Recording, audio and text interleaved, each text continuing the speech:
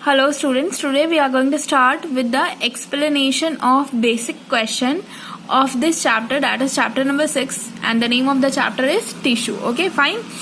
In previous lecture I had already sent you the link which is demonstrating you something regarding the tissue. मैंने आपको previous lecture में एक link भेजी थी जिसमें आपको टिश्यू चैप्टर से रिलेटेड सारा बेसिक आइडिया दिया गया था. ठीक है, अब ये वाले वीडियो लेक्चर में हम लोग ये स्टार्ट करेंगे कि इस चैप्टर में उस लिंक से रिलेटेड बेसिक क्वेश्चंस क्या क्या हो सकते हैं इस चैप्टर के. ठीक है, तो इस वीडियो लेक्चर में मैं आपको बेसिक क्वेश्चन थोड़ा बहुत डिमॉन्स्ट्रेट करूंगी और पूरा डिटेल एक्सप्लेनेशन आप लोग प्रीवियस वाले लिंक से देखेंगे. Okay, see the first basic question, that is what is tissue.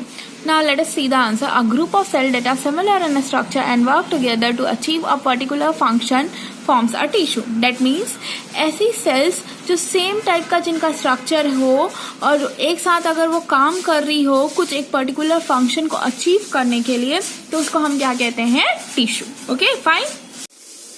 See the next basic question, that is draw the flow chart for plant tissue. अब ये जो टिश्यू होते हैं ना, ये 2 टाइप्स के होते हैं और फर्स्ट टाइप होता है प्लांट टिश्यू, सेकेंड टाइप होता है एनिमल टिश्यू, जिसको ही डिटेल में हमको इस पूरे चैप्टर में पढ़ना है. ओके, नाउ ये क्वेश्चन ये बोल रहा है प्लांट टिश्यू का फ्लो चार्ट ड्रॉ करिए. बेसिकली ये 3 मार्क्स में या 5 मार्क्स में ऐसा क्वेश्चन आता है. कुछ जैसे ये फ्लो चार्ट बना हुआ है ना, इसमें से कुछ चीजें मिसिंग कर देते हैं और कुछ चीजें वहां पे प्रेजेंट रहती है और इस तरीके से क्वेश्चन अराइज होता है, या डायरेक्ट आपको सिर्फ फ्लो चार्ट बनाना रहता है. आया समझ में? Now let us see. Plant tissue जो है बेसिकली 2 पार्ट में क्लासिफाई होता है. First one is a meristematic tissue, second one is a permanent tissue. When we talk about meristematic tissue, it is a tissue responsible for the growth of plant. Plant में जो growth होती है उसके लिए कौन responsible है? Meristematic tissue. और वो ग्रोथ बेसिकली क्या होता है, ये जो मेरिस्मेटिक टिश्यू होती है, ग्रोथ क्यों हो रही है? क्योंकि सेल्स क्या हो रहे हैं? कंटिन्यूअसली डिवाइड हो रहे हैं. ठीक है, तो एक टाइम ऐसा होता है कि वो डिवाइड होना बंद हो जाते हैं. ठीक है, तो वो मेरिस्मेटिक टिश्यू एक नया शेप ले लेते हैं, या बोलना चाहिए एक नया स्ट्रक्चर फॉर्म कर लेते हैं, और इसको हम किस नाम से जानते हैं? Permanent tissue. ठीक है, परमानेंट मतलब चेंजेस नहीं हो रहे हैं, रुक गए हैं. ठीक है, अब इसमें मेरिस्मेटिक टिश्यू जो है वो 3 कैटेगरी में क्लासिफाई किया गया है. ठीक है, apical, intercalary and lateral. Okay, now again permanent tissue is classified into 2 category, that is simple permanent tissue and complex permanent tissue.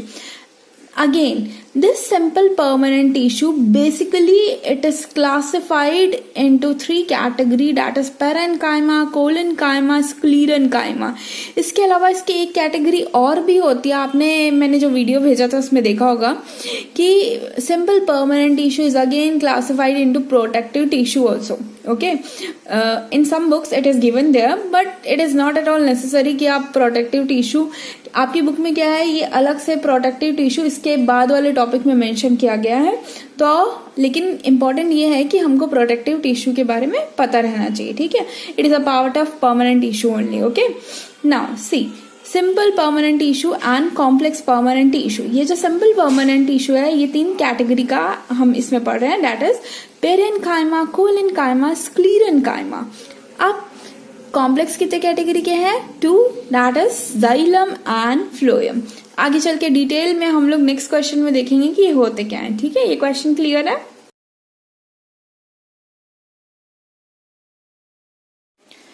Now see the next question, that is the question number 3. Differentiate between merismatic tissue and permanent tissue. Now we are going to begin with the answer. For answer, we are having the heading as merismatic tissue first one and permanent tissue the next one. Okay, now see the first point. In case of merismatic tissue, the cell divide repeatedly. That means meristematic tissue मैंने बताया था ना आपको, growth के लिए responsible है. Growth कब होगी? जब सेल में क्या होगा? डिवीजन परफॉर्म होगा. ओके, लेकिन परमानेंट टिश्यू क्या होता है? The cells are derive from meristematic tissue and they don't divide. मतलब वो अपनी डिवाइड होने की एबिलिटी को लूज कर देते हैं और एक परमानेंट रूप ले लेते हैं, इसलिए इसका नाम पड़ा है permanent tissue. See the next one. The cells are undifferentiated. Undifferentiated मतलब जिस डिफरेंशिएशन मतलब क्या होता है? परमानेंसी लेना, that process is known as, या परमानेंट हो जाना, उसको क्या बोलते हैं, डिफरेंशिएशन। ठीक है, आपने वीडियो में देखा होगा। अब यहाँ पे ये जो है ना मेरिस्टेमेटिक टिश्यू, उसकी सेल्स जो है क्योंकि डिवाइड हो रही है तो ये डिफरेंशिएटेड रहेगी क्या, नहीं रहेगी, इसलिए यहाँ पे वर्ड यूज हुआ है undifferentiated. See the next one, the cells are fully differentiated, मतलब यहाँ पे डिफरेंशिएशन परफॉर्म होता है। ठीक है, क्योंकि यहाँ पे सेल्स अपना परमानेंट शेप साइज अचीव कर लेती है। ठीक है, दे लाइक वैक्यूल, इसमें वैक्यूल्स नहीं होते क्योंकि सेल्स कंटिन्यूअसली डिवाइड होते हैं। और यहाँ पे स्टोरेज की वैक्यूल्स क्यों यूज होते हैं, क्योंकि हम वैक्यूल्स का यूज करते हैं कोई भी चीज या खाना को स्टोर करने के लिए, क्योंकि सेल डिवाइड हो रहे हैं इसलिए वहां पे उस स्टोरेज की आवश्यकता नहीं होती। ठीक है, और इसमें क्या रहता है, परमानेंट टिश्यू में दे हैव वैक्यूल्स। और मेरिस्टेमेटिक टिश्यू और परमानेंट टिश्यू में एक और डिफरेंशिएशन होता है, that is the cell walls are thin. Meristematic tissue की सेल वॉल क्या होती है, थिन होती है।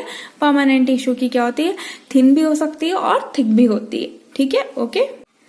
See the next question, question number 4. Give the classification of meristematic tissue. Now let us begin with the answer. According to their position in plant, meristematic tissue is classified as, first one, apical meristem.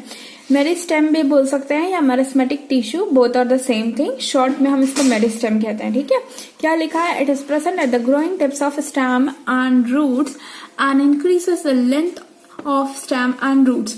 Basically देखिए क्या होता है, meristematic tissue जो है वो plant की growth के लिए रिस्पॉन्सिबल होता है, और ग्रोथ हॉरिजॉन्टल भी होती है, वर्टिकल भी होती है। कहने का मतलब है प्लांट की लंबाई भी बढ़ेगी, चौड़ाई भी बढ़ेगी।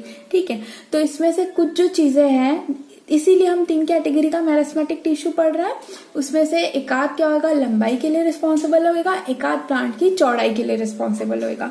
इसमें जो फर्स्ट कैटेगरी है दैट इज एपिकल मेरिस्टेम, ये बेसिकली लेंथ के लिए रिस्पॉन्सिबल है। मतलब किसके लिए, लंबाई और चौड़ाई। मतलब जो प्लांट का यहाँ पे टिप रहता है ना, ये जो टिप है ये भी बढ़ता किसके कारण है, क्योंकि यहाँ पे क्या प्रेजेंट रहता है, एपिकल मेरिस्टेम। और रूट्स, जो प्लांट के रूट्स भी रहते हैं ना, उसके टिप में भी कौन प्रेजेंट रहता है, एपिकल मेरिस्टेम। ठीक है, इसी के कारण प्लांट की हाइट बढ़ती है। ठीक है, आप देखिए इंटरक्लैरी मेरिस्टेम, ये कहाँ प्रेजेंट रहता है, it is present at the base और इंटरनोड। इंटरनोड्स मतलब क्या होता है, मतलब ऐसा पॉइंट जहां से एक नई टहनी उगना स्टार्ट होती है, that is known as internodes. तो इंटरनोड्स मतलब नई टहनियां निकलना भी जरूरी है, तो वहां पे भी ग्रोथ जरूरी है। ठीक है, तो वहां की ग्रोथ के लिए कौन रिस्पॉन्सिबल होता है, इंटरक्लैरी meristem. Now see the third one, lateral meristem. It is present at the lateral side of stem and roots. The width of stem and root increases due to lateral meristem. अभी मैंने बताया था कि plant में growth basically 2 तरीके की होती है, लंबाई बढ़ना और चौड़ाई बढ़ना। तो चौड़ाई किसके कारण बढ़ती है, lateral meristem. Okay, see the next question, differentiate between parenchyma, collenchyma, sclerenchyma on the basis of their cell wall. Now let us read the answer. The cell wall of parenchyma is very thin. मतलब जो parenchyma आपका रहता है उसकी cell wall जो रहती है वो बहुत ज्यादा पतली रहती है as compared to the next two, that is collenchyma and sclerenchyma. देखिए collenchyma cell wall is thin with irregular thickening at the corner, मतलब वो भी थिन रहती है लेकिन जो उसके कॉर्नर्स रहते हैं वहां पे इरेगुलर अजीब तरीके के शेप में वो डेवलप होता है और वहां से थोड़ा मोटा होता है। और स्क्लीरेनकाइमा जो रहता है वो बहुत ज्यादा थिक होता है और इसकी सेल्स भी क्या होती है, डेड होती है। थिक इसलिए होता है क्योंकि उनके बीच में क्या नहीं रहता, इंटरसेलुलर स्पेस नहीं रहता है। आंसर समझ में आया? ठीक है, तो ये क्वेश्चन में आपको बेसिकली यही बताना है कि पेरेनकाइमा, कोलेनकाइमा, स्क्लीरेनकाइमा की सेल वॉल कैसी रहती है, थिन रहती है कि थिक रहती है। ठीक है, क्वेश्चन समझ में आया? अब भाई ये दिखती कैसी है, इसके लिए जो आपको मैंने प्रीवियस वीडियो में भेजा था ना, उसमें एक बार देखिएगा, उसमें पूरा डायग्राम के साथ शो किया गया हुआ है, या अपनी बुक ओपन करके आप रेफर करेंगे तो उसमें भी आपको डायग्राम्स मिल जाएंगे। Okay, now see the next question, differentiate between xylem and phloem. Now for writing this answer we are supposed to make 2 columns, that is first column heading is xylem, second column heading is phloem. अब basically xylem and phloem both are the conducting tissue or transporting tissue, or they are also referred as pipe lining system of plant. Why they are called is this pipelining system? क्यों कहते हैं भाई इनको pipelining system?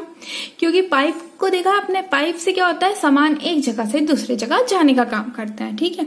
वैसे plant की body में क्या सामान हमको भेजना पड़ता है? पानी और खाना, ठीक है।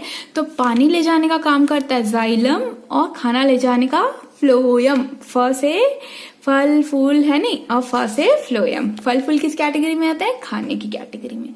आया समझ में? ये थोड़ा सा सिंपल सा लॉजिक है जो आप यूज कर सकते हैं। कई बार बच्चों को कंफ्यूजन हो जाता है कि जाइलम फूड कैरी करेगा कि फ्लोएम फूड कैरी करेगा, तो उसको रिजॉल्व करने के लिए आप ये ट्रिक यूज कर सकते हो, ठीक है।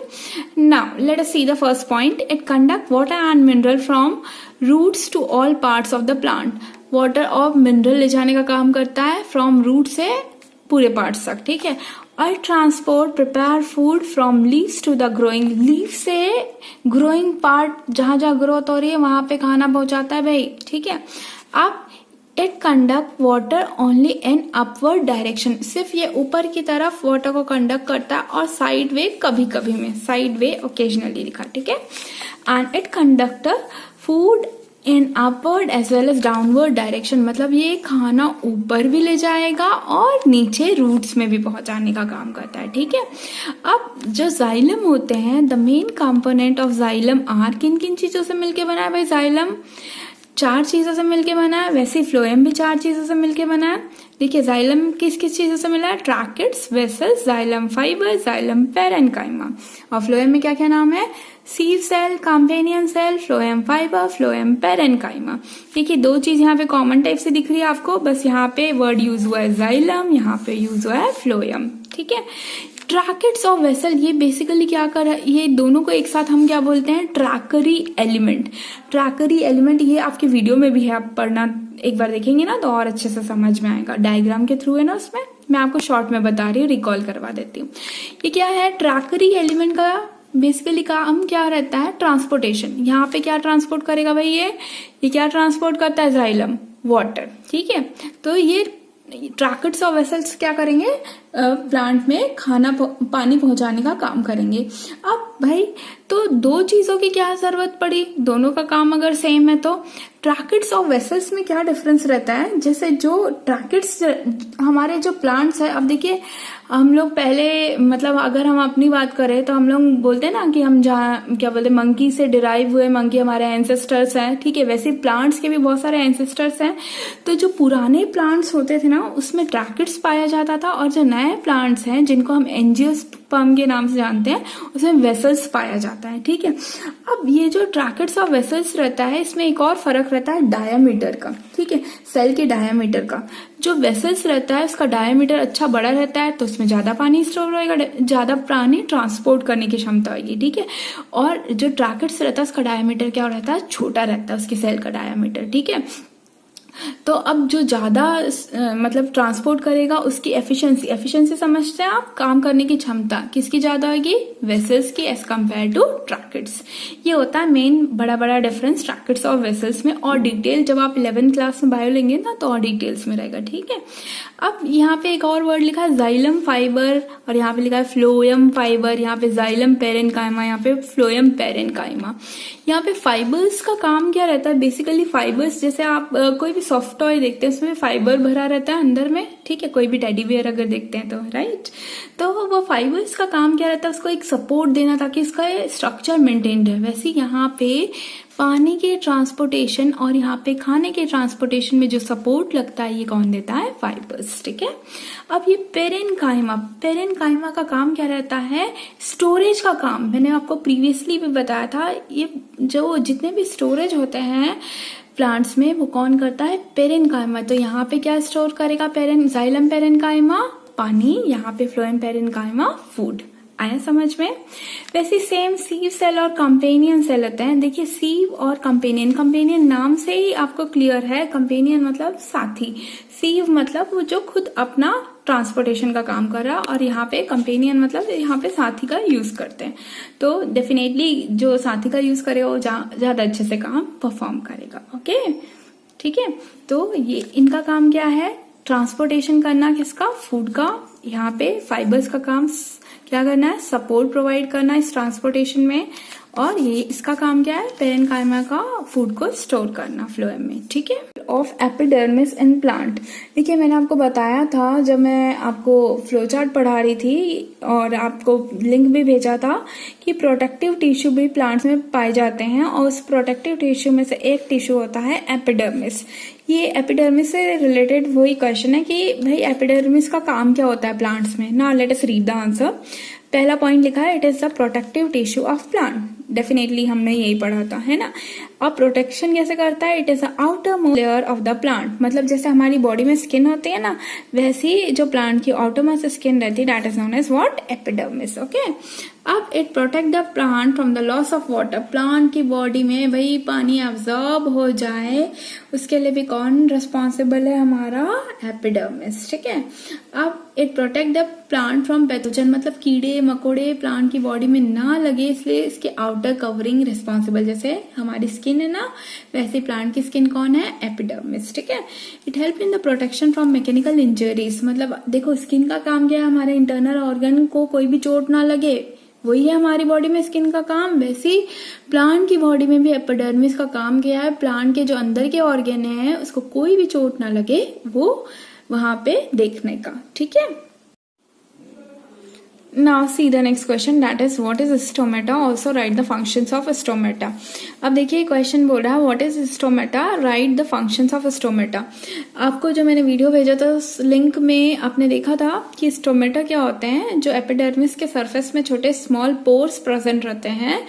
लीफ में एपिडर्मिस पाया जाता है और उस एपिडर्मिस के सरफेस में छोटे छोटे पोर्स प्रेजेंट रहते हैं, उस पोर्स को हम क्या बोलते हैं, स्टोमेटा। ये लिखा है small pores present in the epidermis of leaves are stomata. Stomata are enclose by 2 kidney shaped cell. इस तरीके का स्ट्रक्चर था, एक बार वो लिंक को आप जरूर देखना, ठीक है। ये आपके किस में प्रेजेंट रहता है, आपके लीफ के एपिडर्मिस में, और इनका क्या काम रहता है, देखिए फंक्शंस क्या है, they are necessary for the exchange of gases. अब पोर्स मतलब क्या होता है, छेद, छेद से क्या होता है भाई, गैस आएगी और जाने का काम करते हैं। और प्लांट की बॉडी से और क्या चीज बाहर जाता है, और जाता है हमारा क्या, water. Water, loss of water को हम क्या किस नाम से जानते हैं, ट्रांसपिरेशन, ठीक है। और ये ट्रांसपिरेशन भी प्लांट में किसके थ्रू होता है, स्टोमेटा, ओके।